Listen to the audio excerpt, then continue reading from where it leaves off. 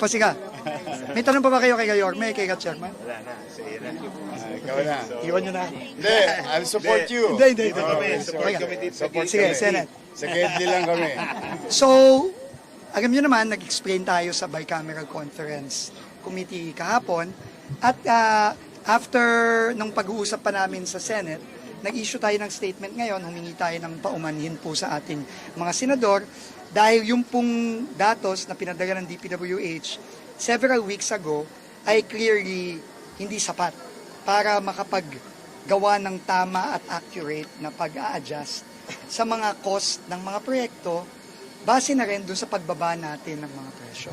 So, sumugat tayo sa Senado ngayon at nag-issue tayo ng statement, humihingi tayo ng paumanhin sa pagkukulang natin doon. Pero ang objective talaga natin dito is iisa. Kailangan mapababa natin, finally, after so many years, ang presyo ng materyales ng mga proyekto sa DPWH. At yon ay common purpose ng Pangulo at ng Kongreso. So yan ay committed tayo dyan, committed ang Pangulo. Paulit-ulit natin sasabihin, ngayon na naibaba na natin, never nang tataas yan. Pero ngayon, sa kasalukuyan, nandun na ang mga staff natin sa Senate para i-apply na yung mas accurate na adjustment. Para ma-incorporate na natin yung howling, yung, syempre, ang pag bumili ka ng graba o ng asfalto o ng buhangin, syempre, kailangan i-incorporate mo doon yung pagbiyahe nung hindi naman yun nagagaling sa di ba? Sa langit, di ba? Kailangan yun ibiyahe. So, kasama yon sa mga ina-adjust ngayon. At tingin natin, magkakaroon na tayo ng very clear solution dito sa problema natin para ma-ensure din na yung mga proyekto ng DPWH ma-implement naman ng tama, incorporating yung pagbaba sa cost ng material. So, very confident tayo na with this, masusolusyonan na natin ito. Sec, the other day po, you mentioned na parang baka hindi kakayanin na i-adjust lahat.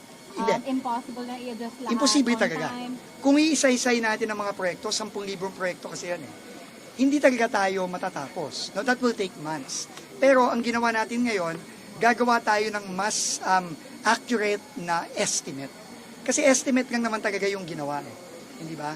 So, ito mas accurate na estimate ito. So, pero i-apply pa rin natin, pag pumasa na yung budget, i-apply pa rin natin based on Department Order 110, Series of 2025, yung linabas natin ng Biyernes, mandating all regional district to apply the changes in prices, the reduction in prices for each and every project of DPWH. Doon talaga lalabas kung ano yung final na magiging adjustment per project. So, doon natin din magagaman kung may dagdag na savings, mabuti. Di ba? At makakadagdag tayo sa mga savings ng gobyerno. Sir, gano'n ka-importante na maibalik yung natanggal na pondo sa budget? Importante yon para masigurado lang na walang mga project o minimal ang mga project na magiging unimplementable. Kasi sinabi ko nga, kung nakita niyo yung presentation ko nung isang araw, may mga project na sobra ang bawas, hindi na may implement ng tama. So yun naman ang tingin ko nagkakaintindi naman lahat doon. No, so ngayon na meron na tayong bagong adjustment, tingin ko aabot na tayo sa mas accurate na pag-reduce, pero iaano pa rin yon. Ia-apply pa rin natin kada project kapag pumasa na ang budget. At yun naman makikita din natin yun, and very transparent tayo doon. Halimbawa, nag-i-implement na tayo ng proyekto dito sa Maynila, halimbawa, ng mga bagong mga kalye o bagong mga pumping station, i-adjust na natin ang presyo nun. At doon natin makikita yung actual na savings per project. Last two pa, Sean. Last two. Last two lang kayo.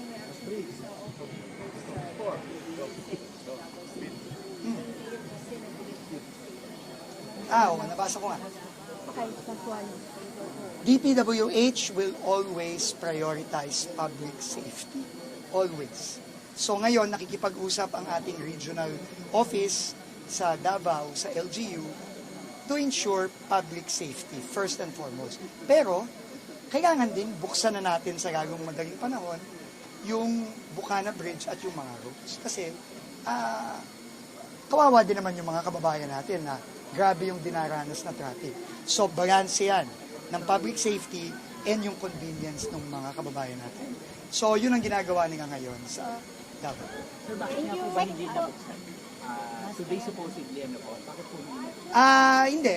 Kasi nga, merong questions on public safety ang LGU. So, tayo naman, lahat naman ng LGU, ganun tayo lagi.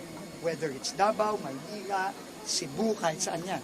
Public safety is always paramount para sa national government. Thank you for like you mentioned transparency, sir. Parang Nakikipag-usap ngayon. yung in terms of transparency, sir, meron kasing mga budget monitoring groups na they also kind of want to see ano ba yung details din sa mga 10,000 projects, ano yung mga kailangang i-adjust.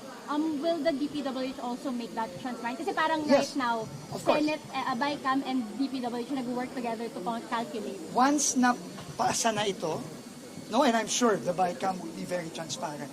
Pero once na napasa na ito at ito'y officially budget na ng DPWH para sa 2026, lahat ito ilalagay sa transparency portal. But Lahat. right now, sir, habang nagkaka-negotiate, Nasa bicameral conference siya ngayon. Wala pa sa kamay ng DPWH. So, yun. So, I'm sure very transparent ang bicameral conference dyan. Thank you. Thank you, everyone. Ang nag-uusap lang ang yung mga taga-DPWH. Thank you. Thank you. So much. Oh, Mabat naman, ma'am. Hindi. Saka 720 ka. Uy, kanina naman 10-8. Hindi, ano ba yun? Hindi Uy, na-record. as in kanina. Hindi na-record ng ano. Ano MMR, pero na-record ng dot ko. Okay. Okay lang. Basta na-live. Oo, na-live naman.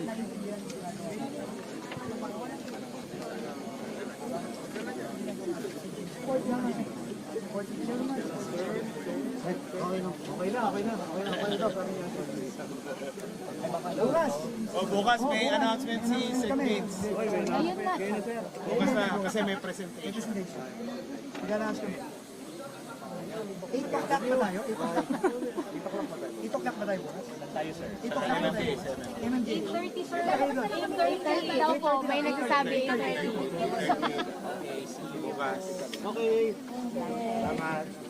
Thank you, sir. Kuya.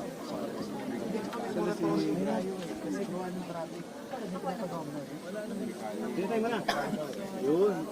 Uy, dadaan. Dadaan. Ay, padanis.